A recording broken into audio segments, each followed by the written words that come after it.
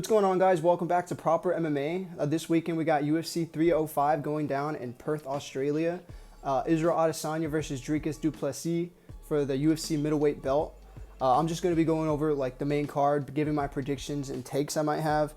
All right, first fight of the night, we got Jingliang or Leech versus Carlos Prates. All right, as much as I like Leech and the style he brings to the octagon, like in and out of the octagon with his suits and everything, I just feel like his inactivity due to injuries is going to play a huge factor in this fight, and that might be the downfall and the reason he loses. He hasn't lost too much. His most notable losses are to Khamzat Chimaev and Neil Magny.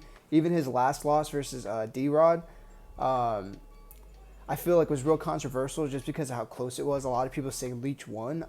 But I still feel like this Carlos Prates guy, he's coming in like real hot, has a lot of momentum.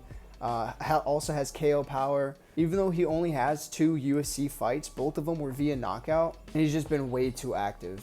So I feel like at this one, I can see Carlos knocking him out within round 2, round 3, KO, TKO. That's who I got for the first fight. Like I said, as much as I like Leech,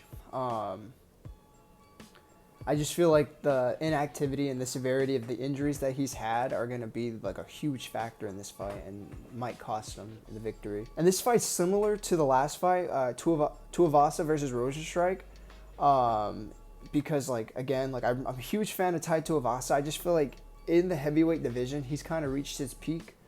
I feel like he's reached his ceiling in the UFC. I hope I'm wrong, and I hope he comes out with something to prove. Like, again, he's in front of his home country. Maybe he has like a point to prove. I really hope that's the case, and he comes out like a different man that we've seen in the last 4 fights. I just feel like Rozenstruik has, he's a far more technical striker. He has the background in kickboxing. I just feel like he has a lot more technique. And Tuivasa likes to do his low leg kicks, but I feel like Rozenstruik is going to check them fairly easily. Neither of them have impressive resumes. I just feel like with this caliber of heavyweight, Rozenstruik is probably gonna have Tuivasa's number. Plus, when I go back and look at their losses and how they lost, Tuivasa, like, he has the worst losses and he's taken more damage, whereas Rozenstruik has mostly lost by submission or decision. I feel like he'll be the fresher fighter in this fight. So I got him winning by KO, TKO round 1, early round 2.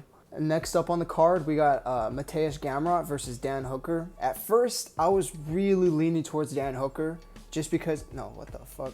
At first, I was really leaning towards Gamrot just because I thought for sure he would be able to secure the wrestling, just grind out a decision, you know. Like, I didn't think Hooker would have too much going for him. But then I was rewatching some of Dan Hooker's fight, and I was looking at his wrestling defense, and it's pretty good. So I feel like if he could, I feel like he might have some answers for Gamrot on the feet. I don't know if Gamrot will be willing to stand and strike with him, but if he wants to try to risk that, I can see Dan Hooker catching him. Even coming in, I can see him catching him with like a knee or an uppercut.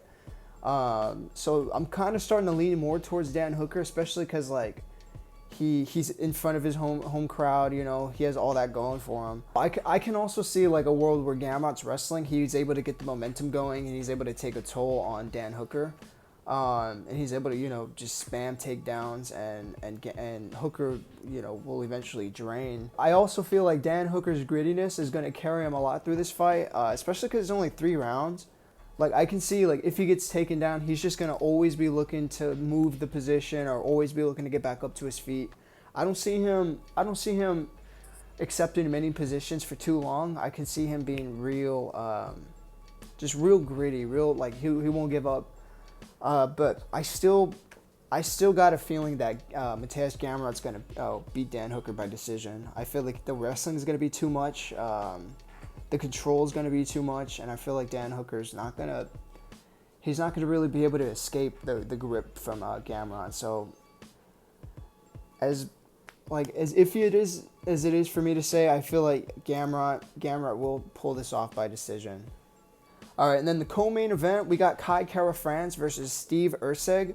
All right, first off, I just want to say, like, I feel like Erceg should be the UFC champ. If anyone watched that last fight, he pretty much gave Pantoja a huge run for his money. If he had not decided to to wrestle in that 5th round and he kept striking, I feel like he would have beat Pantoja.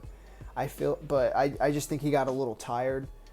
Maybe that's why he started grappling more, but I feel like the rightful champion of the flyweight division should be Steve Erceg. He's 3-1 in the UFC. He's the younger fighter, so I feel like he'll be the fresher fighter against Kai Kara-France, who's coming off of some injuries.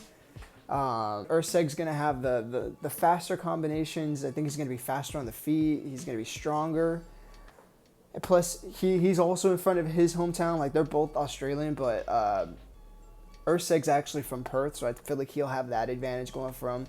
Plus, like, the fact that he went toe-to-toe with Pantoja, arguably won, I feel like it already makes him one of the best in the world, you know. And Kai Kara-France got dropped and finished with a body shot from Brandon Moreno. So I don't feel like he's the same caliber as Steve Erceg, unfortunately. It'll still be a good fight because it's flyweights. They always give it their all. But so I feel like Erceg for sure has this one. I see him winning like TKO or decision. I don't know what round, but I can see it like happening. He drops him, maybe with the body shot again, and it's TKO. Main event of the night, we got Adesanya versus Du Plessis. I feel like technically Adesanya is the better fighter. He's the more technical striker, and he's really good at using feints and movement to get his opponents to react. And Du Plessis is kind of weak to feints. He reacts real heavy to feints. And sometimes he'll get overwhelmed and start to get a little sloppy, start throwing a little bit more winding punches and all that. But I feel like if Du Plessis can stay in Adesanya's space and not give him the kicking ability, and he just is constantly like in his space and not playing the range game that Adesanya likes to play, I feel like he can give Adesanya a similar fight to what Strickland gave him, which is just always moving forward, always throwing volume, because that's how Strickland beat Adesanya, and Du Plessis did that same game to Strickland and even better than he did, which is why Strickland, wasn't able to get that win. Even though a lot of people think he won that, I'll give it to Du Plessis. He was the one moving forward. He was more urgent. And another thing too, like I have no idea if like the press conference that happened recently, I don't know if that's gonna play into it. Du Plessis made Adesanya cry, so who knows if Adesanya is gonna come out a little bit more. Something like he has something to prove, or if he just feels like he has to lay it all out on the line, that might make him more like looking for a finish. I feel like with that emotion, Du Plessis can kind of play off of that. I see him playing off of that and kind of making it more dirty. Plus, I feel like Du Plessis has the size and strength advantage. Adesanya has put on who knows how much weight and muscle, but he looks a lot stronger. So we'll see if that has any advantage for him. But I feel like if it gets to the ground, Du Plessis is going to just smother him. He's going to have the strength. He's going to have the technique. The only way I see Adesanya winning is by outpointing him the whole time. Kind of like a Yoel Romero kind of fight where he's just slightly outstriking him with the leg kick game. But that's why I feel like if Du Plessis can get in his face and apply the pressure that he needs to apply, he'll for sure win this.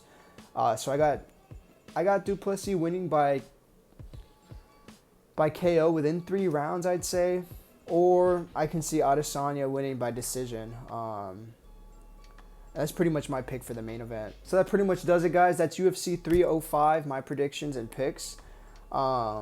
If you let me know who you guys got in the main event and for any of the other fights. Feel free to leave any feedback for any ideas you want to see. I was thinking about doing like a video where it's like I do my favorite fighter from each division, or like the most effective training methods that the UFC fighters do. I was just thinking about doing like just random content involving like MMA and stuff like that. I don't want to just make it like UFC picks and predictions and all that. That way like I can be more frequent, more like active instead of just waiting for the main cards. That pretty much does it, guys. Thank you for watching. Like, share, comment, subscribe, all that nonsense. Until next time, see ya.